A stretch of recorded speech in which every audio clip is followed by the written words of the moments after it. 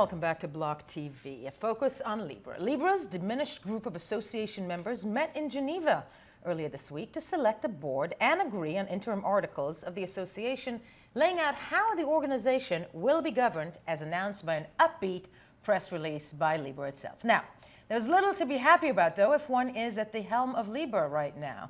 The meeting took place following the high-profile exodus of some of the leading names in the association, the latest being Booking Holdings, and as early as this week, pulling out, leaving the association with 21 out of the original 28 members announced.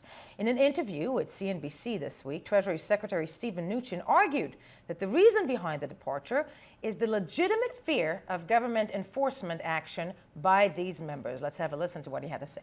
A number of the Libra associations or associate companies have dropped out, including Visa, MasterCard, and Stripe, in large part because Sherrod Brown and Brian Schultz and some other congresspeople and policymakers wrote them letters saying, if you don't drop out, you're going to receive a lot more scrutiny. Do you think that's a fair approach? Some people said those letters were threatening. Well, I wouldn't give them too much credit, because at Treasury we wrote letters as well, and we've been very clear. I've met with the representatives of Libra multiple times.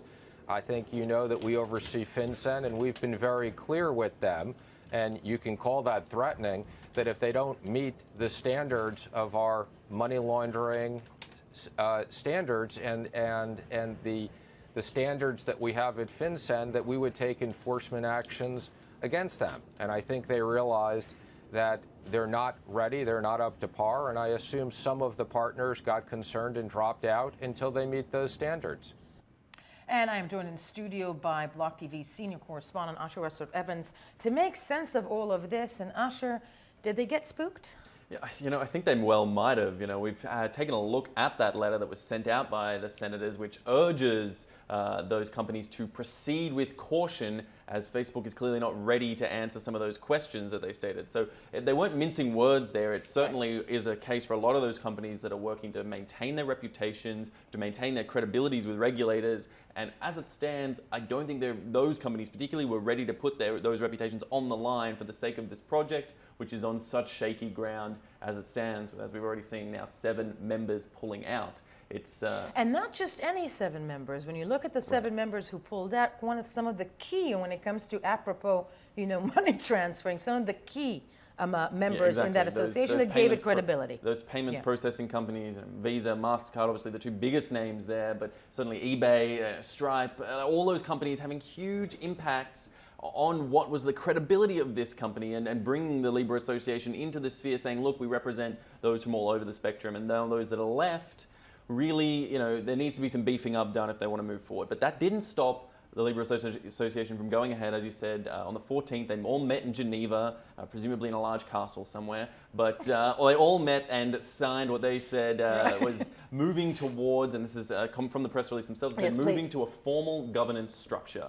So they've gone ahead and signed the Libra Association charter. They've elected the members of the board. Interestingly, those board members come from a lot of the smaller companies in the association, such as Kiva Microfunds, Andreessen Horowitz, obviously David Marcus there from Calibra is on the board, and PayU. So they're all companies that, while involved in the group, in the organization, they're not necessarily the MasterCard or Visa. They're clearly not the big hitters who left the party. Exactly. Yeah. So maybe that was a point, that they're trying to be inclusive of these smaller companies, but it also may suggest that some of those other big companies that are still left aren't necessarily willing to go that far to put themselves forward in that sense. What do those left behind, so to speak, promise in that press release that Libra kind of came out with? Okay, so they came out with a few statements from a couple of the companies. Again, notable which companies had statements. Again, they tended to be the smaller companies. Right. I'm not trying to harp on that point, but it does imply a little bit of a hostage letter, in my opinion. I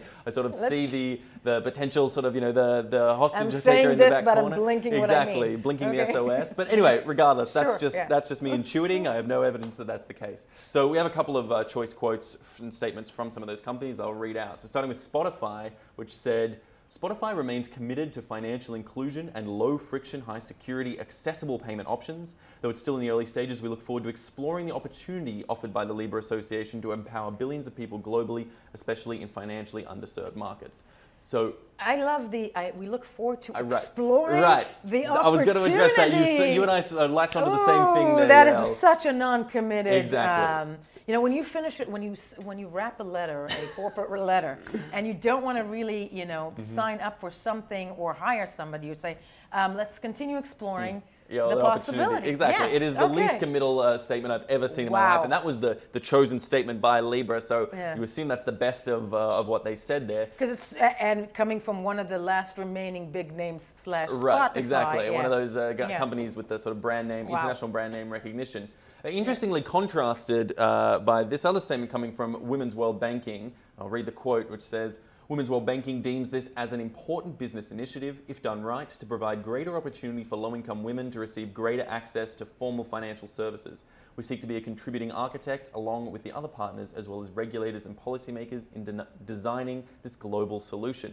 Now, Can I translate that for you? It's an interesting one because, yes, equally non-committal, but also interestingly raising and highlighting the point, which is that there are these non-paying members of the Libra Association, these smaller organizations that are being brought in to be part of the sort of, credibility of that, serving the underbanked and unbanked, serving those that need. And we do need to remember, whether we believe the narrative or not, that is the stated aim of the Libra project. It's the stated aim, and look, if it is launched, and stress on that if, because at this point, really, everything is up in the air, then definitely it would also give the opportunity for third world citizens, because they're mostly more on Facebook rather than being banked, to be banked in a way, and that's a wonderful thing if it does happen. Look, we already see that in India. We see WhatsApp is being used in a sort of more primitive way, not in a crypto way, but used as a payments transfer service in India at the moment, utilized by millions of people already over there. So formalizing that process and giving access to these people could be very empowering. And, whether it's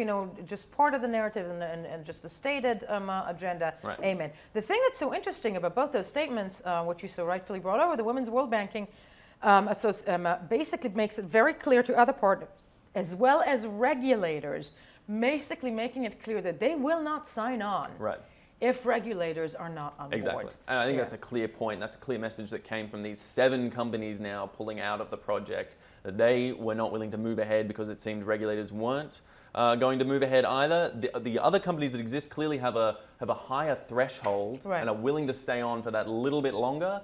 But whether or not they're willing to actually, go ahead and take this project to its completion, to actualization, well, that is a bigger question and one that I don't know if anyone really has the answer. They've signed the charter now, so I guess there is a little bit more formalization. No, they've signed the charter, but as you very much mentioned, all those statements of, just these 2 specific statements show that they're leaving themselves a way out. Where does the G7 come into all of this?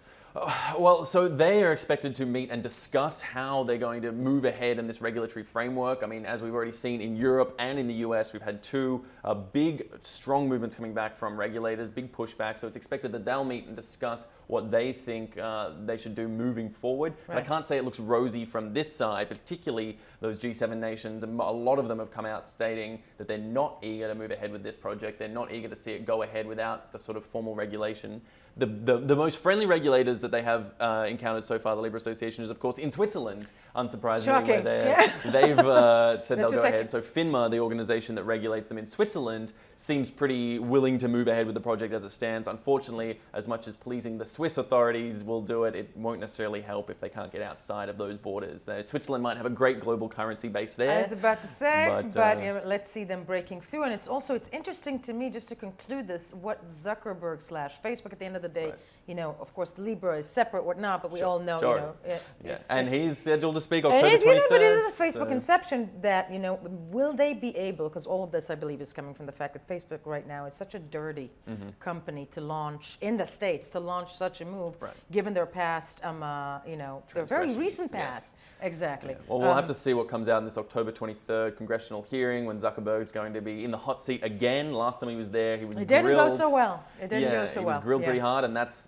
staying in a lot of people's memories. There wasn't necessarily a lot of substantial response to that, but in terms of reputational damage, huge yell, and we're Huge, seeing and it the didn't, results you know, of that there's now. one, there were people, I did not think he was going to take that seat again. All right. But No, I he don't got think they have lucky, it, yeah, so- I don't think that he has a choice, but let's see where it moves on from there. And I think all of this, just to conclude, what was the last date that Libra promised to kind of launch somewhere We're within? talking second half 2020 Yeah. was the last. They moved from first half to second half, so keeping it vague, keeping it open. Really, it's not probably in their control anymore because regulators need to figure out whether they're going to accept this Well, they project. do have 21 members now, at least chartered and signed. Chartered, yeah. Asher, thank you so much for this update on Libra not having an easy time. We'll be following all those developments, of course, throughout the year that is. And that was it for us for now. We'll be right back.